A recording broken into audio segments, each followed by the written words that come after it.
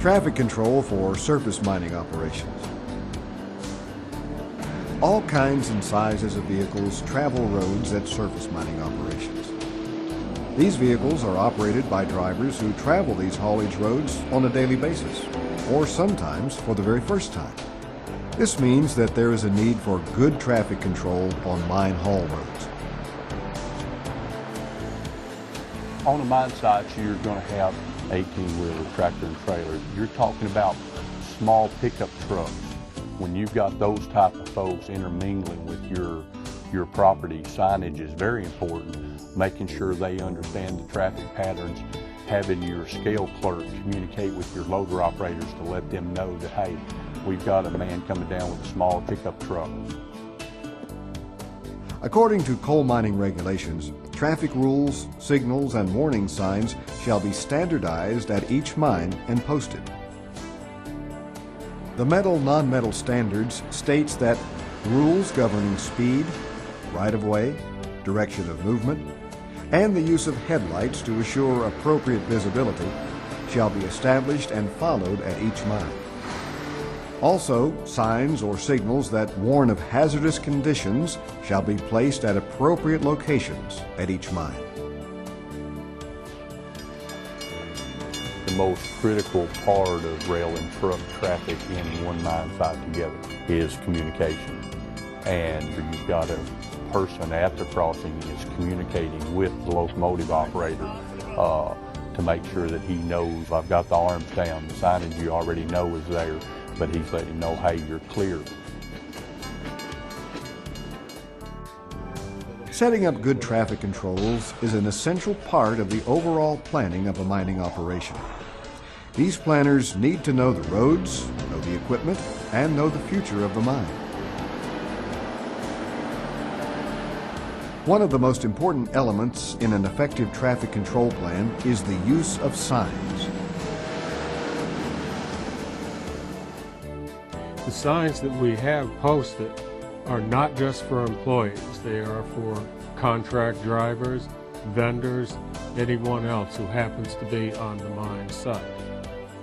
We expect people to obey these signs, stop signs, speed limit signs, any other warning or directional signs that we have posted. There are no exceptions to this, and failure to obey these policies will result in disciplinary action. Mine operators are responsible for developing, installing, and maintaining signs on haul roads. They need to carefully identify locations where signs might be needed by reviewing haulage safety procedures followed at the mine. Effective traffic control signs have certain common characteristics. They are understandable, legible, and visible to equipment operators in good and bad weather conditions, and especially at night. Where possible, sign format and design should follow standard public highway signs. Signs need to be similar in regard to size, shape, color, and lettering throughout the mine site. Signs can be permanent, or signs can be portable to meet changing conditions at the mine. Portable signs are used in areas where traffic patterns and road conditions change frequently and are usually placed close to the ground for stability.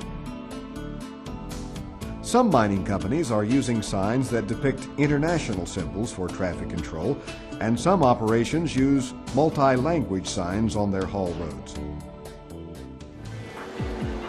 When positioning signs, take into account the time it takes a driver to react to the sign and the mechanical characteristics, such as delay times and braking distances of the vehicles used at the mine. Signs need to be visible to all equipment operators of all sizes of equipment. Sign height, size, and lateral placement are important to ensure that signs are properly illuminated by vehicle headlights. Consider using reflective signs where necessary, especially if the mine operates either at night or in poor weather conditions. Clean signs as necessary. This keeps them visible, and evaluate signs periodically to make sure they are correct for the conditions they address. Anyone operating a vehicle on mine property needs to be aware of the traffic plan.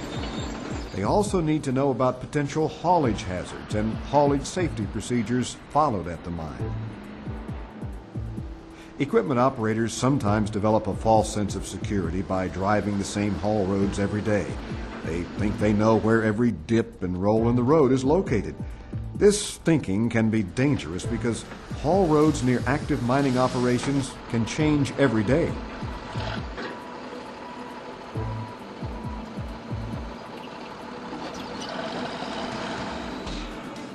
Drivers need to pay close attention to posted signs and to changes in the mine's traffic pattern. The most important thing when trucks come on our property is for them to be safe, follow all the safety rules that we have. They have to stay in their trucks when they're being loaded. If they trim their loads, they have to be in the designated area to trim their loads. An important part of traffic control is wearing your seatbelt. Seatbelt saves lives. Everybody knows it. I don't care if you're driving your personal vehicle, you're driving a haulage truck, a dozer, or even a loader. Wear your seatbelt. It's a requirement. Some mines operate 12-hour shifts with 4 days on and 4 days off. So when you return to work after being off 4 days, you will find that the roads at your mine site have changed drastically. Shift foremen should use the first few minutes of the next work cycle to instruct operators of any changes in the mine's traffic pattern and/or road conditions. Hazard training must be provided to all persons who enter a mine site. It is mine-specific and requires that persons be trained on the hazards they may encounter at that particular mine. The greater the person's hazard exposure, the greater the scope of the training must be. You may provide site-specific hazard awareness training through the use of written hazard warnings or oral instruction for surface coal mines, and signs and posted warnings for metal non-metal mines. Also, walk-around training may be used. If we want to make sure that they're task trained to do pre-shift inspections, where they do a walk-around inspections, looking for the obvious things of cutting tires, leaks, backup alarms, emergency steering, 3 points of contact when you get up into the cab. Make sure you understand where all the controls are in it, wearing your seat belt, know how to call for an emergency if you have one. When a vendor comes on the property, we have to give them site-specific training, and everything that will really apply to what they're doing will be gone over in that training. And then we go back and check on them as they're out in the field working. If they're working on one of our pieces of equipment, we'll go back and check on them during the day and make sure they're doing everything right. It is required that before operating new or modified equipment or performing a new task, miners must be task trained to do the work safely. This training is to be conducted at times or places where production is not the primary objective, or while under the direct and immediate supervision while production is in progress. A contractor entering the mine property needs to know that traffic patterns at some mines are different from the usual right-hand pattern used on highways. Notice how this sign gives advance warning of a traffic change up ahead. And now we see that we are to begin left-hand traffic. After making the switch in the traffic pattern, signs should be placed along the haul roads as reminders that traffic is to keep left.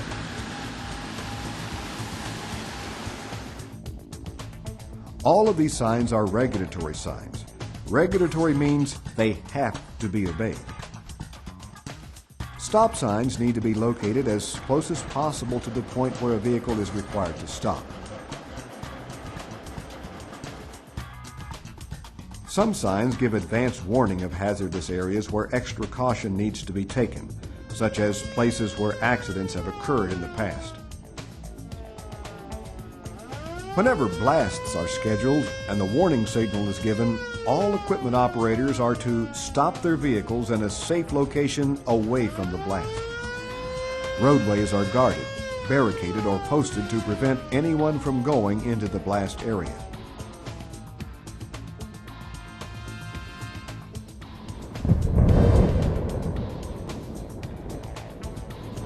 After the blast and the all clear signal is given, work can resume.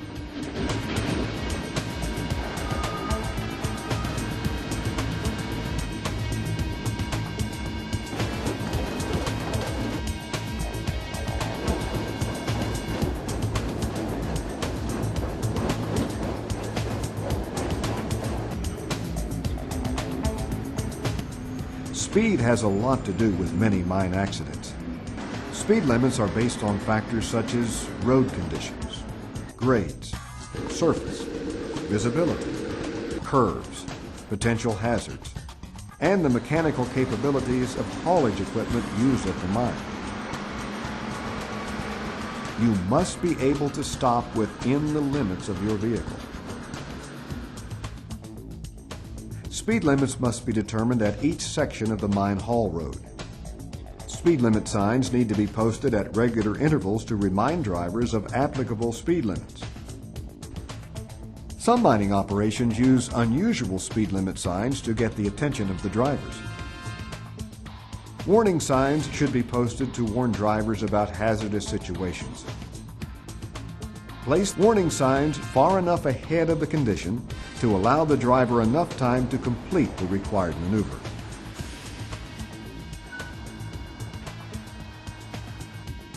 A do not enter sign is placed at the end of a one-way road to keep traffic from entering the roadway while traveling in the wrong direction. Wrong way signs should also be posted as an additional warning. These signs provide drivers with advance warning of steep downgrades where they need to exercise special caution. Post the percent grade, length of grade, and any special gearing requirements to better prepare the driver to descend the grade safely.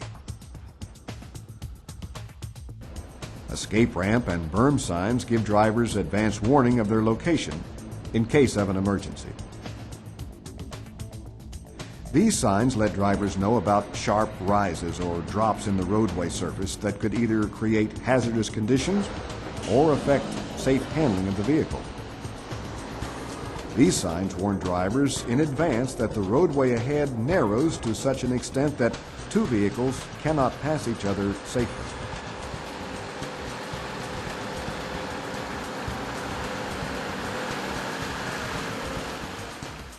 Communications on a mine site are typically done through two-way radio, personal one-on-one contact, CB radios.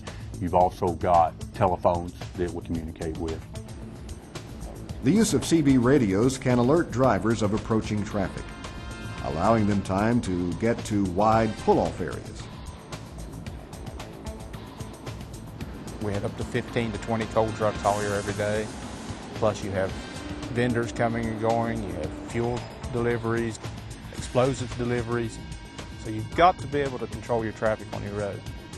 We've got the CB channels. Everybody uses a CB radio here, so they need to know what channel everybody's on. We've got certain places the channel changes, and wherever that channel changes, we've got a sign posted. Like the main haul road is channel 25. It's posted when you come in on the property. Then it changes to channel 8 as you go on out toward the mine office. And then from there it changes to channel 4 where the heavy equipment are working. So the coal trucks, the vendors all know to go to those special channels, and that way they know where approaching equipment is. And they know how to get around. They can holler for help if they need it. Leaving the property, reflectors on the right-hand side are all green. Coming back on the property, they're all gold. That way you know which direction you're going in a situation like fog or when it's dark and rainy. When you see gold, you know you're coming back into the property. So if your headlights hit green, you know you're leaving the property. We have signs posted where the road is too narrow to pass, and we have numbered all the curves, and along with named some of the curves. Truck drivers have their favorite names of curves. And we decided to just go ahead and put the signs up to name the curves. You know, one of the curves is called rollover curve. So we're coming up the road, we hear rollover curve, and we know where they're at. We're ready for them when we meet them in that curve.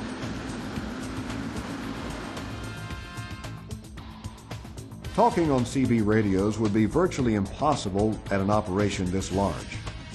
Computerized tracking systems are used to route the equipment more effectively.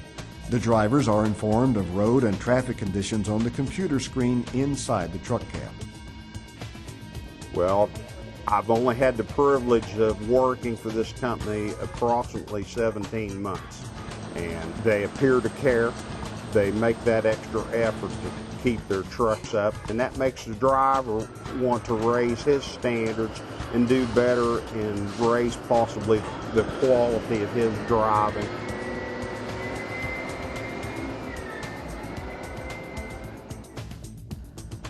I'll tell you, traffic control on a mine site's tough. But the key that makes it work, I think, is enforcement. I mean, we could put up signs all over the place. But if we didn't enforce it, the workers would just ignore it. The ultimate goal at the end of the day is for everyone to go home safe. We want them to work and enjoy and make their living, but go home and have their family life also. You've had a safe shift and a productive shift.